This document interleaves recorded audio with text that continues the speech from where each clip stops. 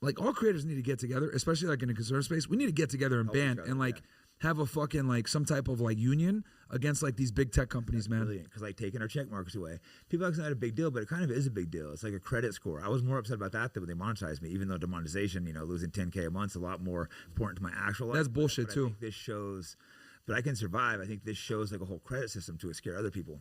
Demonetization is censorship. Like I know some people say, well, you know, freedom of speech isn't freedom to get paid. Like, bro, let the marketplace of ideas like decide that. I have a massive account with massive traction. Like I get like 10K a month. And then to take subscribers away, obviously. They took my subscriptions away too and didn't refund people. Yeah, that's fucked. Like, because look, if people want to argue about the demonetization, like it's a private platform, they can do what they want. Fine.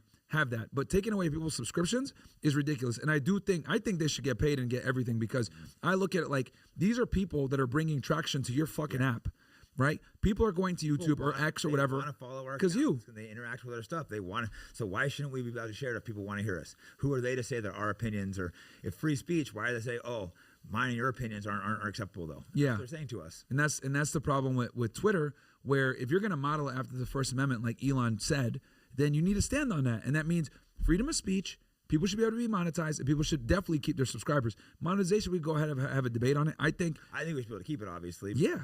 Because if you pick someone, then who do you pick? I think it's got to be all. Then you can start picking this guy, that. Oh, the liberals. Because if we're in charge of it, we start picking the liberals, the this, the that, the Dean Withers. I don't actually want to monetize them, but if it was like conservatives, and start getting those guys. If it's liberals, it's just who gets to make these decisions? It's insane. If you're not breaking the law, everyone should follow the same rules. And honestly, dude, like, as the internet becomes more and more prominent, people use social media more and more to get their news.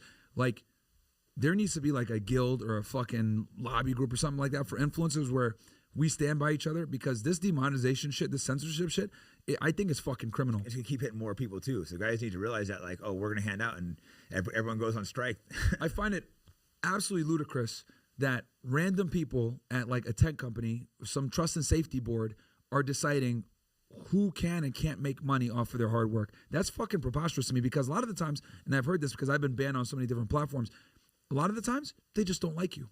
Exactly. It's not even that you violate terms. I didn't break any rules. They never gave me a rule I broke, because if they gave a rule, they had to follow other people. Because I'm like, what rule did I break? No answer. Elon won't tell me what I did. Dude, and that's what I'm trying to say. It ends up where you end up with these Silicon Valley people, purple-haired motherfuckers that just don't like what you got to say, and they say, you know what? I'm going to turn your monetization off because I don't like you. And it's human error. That's what ends up happening. A lot of the times, when I got my Instagram account taken down, it's because they just didn't like us. Like, oh, I don't like these guys. These guys are misogynist. Bam, a 500K account. And that's like my 10th Instagram account too. I just lost my other one like 2 days ago. So it's like, and I don't give a shit because I wasn't making money on Instagram. But it's a networking tool. So it's fucking annoying how it's like you got these random motherfuckers in Silicon Valley and at these tech companies who literally go ahead and selectively enforce punishment on whoever they want. Because the thing is that all of these apps have community guidelines and standards that are nebulous at best and very opaque. So what ends up happening is we don't like this guy, we're going to go ahead and enforce against them. But someone else will do the same fucking shit and nothing happens to them. I'll give you an example. I won't say who, but we got strikes for putting links on our channel, right, for a band creator. They're like, yeah, you can't do that. You can't put links on. Oh, for a band creator. For a band creator, right? We got like a strike for that. I saw a bunch of other YouTube channels had that same guest on with band links. Nothing happens. Well, Twitter, people constantly call. On YouTube, at least. Well, but back to Twitter, though, they call for like genocide of Palestinians all the time. Yep. Never get in trouble. And even like my store, I put a Free Palestine shirt and it showed the whole map of Palestine. It was taken down. I was given like a hate speech content. But you could show Israel as the whole thing. Like, how is that hate speech to say Free Palestine? Not only that, they boost you. They boost you. Like, look at the Epstein files. Who the fuck did they invite to the White House? A bunch of Zionist Jews. That was 4 out of 5 of them were Zionist Jews. They were dancing with these binders. The binders were just fucking blacked out. That was the most bullshit thing ever. Pam Bondi, and the Department of Justice, they got to be smarter. Everyone knows that Jeffrey Epstein was a Mossad asset. Everyone on Total More knows. An Israeli Jewish fucking spy. How crazy do you look bringing a bunch of Jewish Zionist influencers into the White House to get the files as the first ones? Yeah, fake files. They're empty, and they're dancing with them, celebrating like, oh, transparent. And they're all the exact same tweets that were clearly written for someone else. It's like the most transparent administration ever. It's like Trump would be a great president if you take on this Israel thing, but it's just without that. What they should have done is this. Pam Bondi, what she should have done was number one, she bit off more than she could chew, right? She's over here saying, oh, yeah, we're going to declassify documents. Oh, it's only 200 pages, but we're working on getting the other stuff because the Southern District of New York in New York City has the files. Well, we already know that Jeffrey Epstein was indicted by the FBI in the Southern District of New York back in like 2018, 2019. All those cases, all that shit is discoverable. The discs, everything, all that evidence that they had. He died, obviously, before trial, but they have it. So she could have went and gotten that stuff because she's the Attorney General. For those that don't know, the Attorney General is the chief law enforcement officer of the United States. She oversees the FBI, every single U.S. Attorney's Office, the DEA, the ATF, U.S. Bureau of Prisons. She oversees everything. So she could have said, no, motherfuckers, over at Southern District of New York, you guys work for me. I need all those files now. FBI too. Kash Patel is her boss. I need these files. I need everything from the FBI. So for her to sit there and say, "Oh, well, they're withholding stuff or whatever," I don't buy that. If you're the boss, who's they? If you're the fucking one in charge, you're the fucking boss. They can't tell you shit. Arrest that person. She can walk execute that person for treason. She can walk into any FBI office, any U.S. Attorney's office, and say, "You motherfuckers all work for me. This is what I need," and go in there and take the boxes herself. She can do that. She has that authority. She's like one of the most powerful people in the fucking world. So, and you definitely in the United States. So when they said this shit about, oh yeah, we don't know where the documents are, they're burning or whatever, that doesn't make sense. So what she should have done was have everything ready. She should have done this before she was even sworn in. She should have marched right in there and be like, give me those fucking files right now. That's what she should do. I think that's what she should do now. They are holding and record it. Yeah, of course. I do think that now at this point, because that fucking Epstein file shit was such a blunder. Yeah, people. She's got to go to Southern District of New York herself, and I would, if I were her, I'd go there with a camera. 50 of my closest people. We're gonna go to the FBI office, meet with Patel, say, all right, do it on camera. We're gonna get all the files right now, and then I'm gonna walk my ass over to the Southern District of New York, say, okay, I'm here. Record that too.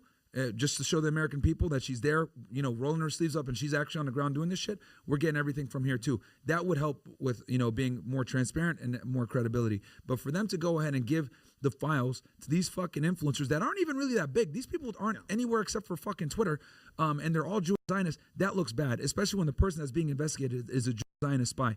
And then the other thing where they fucked up was what they should have done also is make a website and have all the documents there. Then you want to go ahead and do the spectacle and bring these idiots in. All go look through them. Every American should be able to look through them. People would be less mad about the Epstein files if she had simply put the website up. Then you want to go ahead and do the spectacle and let them in the White House? Fine, nobody cares. But you should have made a website where the American public can click and get all the same shit. Well, they're mostly blacked out from what I understand. There's huge sections. And it's already been out. Yeah. Me and Ryan Dawson did a podcast the day before, and all that shit was already there. Dawson's known all this shit forever. Like I said, the guy's a good researcher. He goes in depth on things. Yeah, so the Epstein file shit. And then the other thing, too, that bothers me is, like, everyone is so focused on Epstein. No one looks at Les Wexner or Jean-Luc Deblanc, Brunel, who's also in Israel. The Bronfmans. Like, these are the people that set Epstein up to even be able to do the shit that he's doing. People focus so much on him, but it's like, no, you need to look at his fucking backers, especially Les Wexner. He was a math teacher. Then all of a sudden he had islands and private jets, and there's no real explanation. They say, oh, he's a hedge fund. Well, what hedge fund? What trading? His only client was Les Wexner. His only client was Les Wexner. Money. You should be able to track that money. You can't. It's like, give me a fucking break. They can't. $77 million home in New York City. He had a house in a ranch in Nevada. He had a house in Palm Beach, like a house in France. Island. You know what I mean? So you can't talk about Jeffrey Epstein unless you're going to talk about Les Wexner. And it perplexes me how all these people are like Epstein professionals, but I don't hear any of them. He wasn't like the head. He wasn't the brains or anything behind that. He was the charismatic guys they used because he could get all these guys to come in, have sex, be like, he would feed them these women. Also, the Prime Minister of Israel flew 36 times in a 4-year period, I think from 2013 to 17, after he'd been convicted of sex crimes, to come and meet with Epstein. Imagine how important that must be if you're flying 12 hours each direction. He'd try to sneak in the home. This is verifiable. People can look this up. And he'd be sneaking in the home to go have meetings with Epstein. So clearly he had some very important shit. Absolutely. So, Ghislaine Maxwell, the whole ring. So the thing is that the American public, I don't think the American public understands how deep this goes. And honestly, they're not going to want to expose it because it's going to expose the Zionist lobby. America too is the problem. It is being, that's where it's triggered. That's the head of it, Israel. But there's American people. Of course, with Bill Clinton, etc. The whole American deep state is very much involved. So there's people that would be committing treason. I think the Clintons got him killed.